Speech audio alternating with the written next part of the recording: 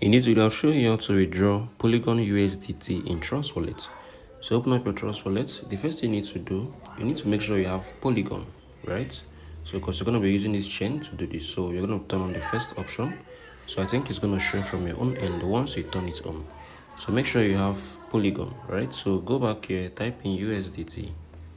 So if you look right here, you're going to be able to see a whole lot of different options. So this is the Polygon USDT, this one I just turned on.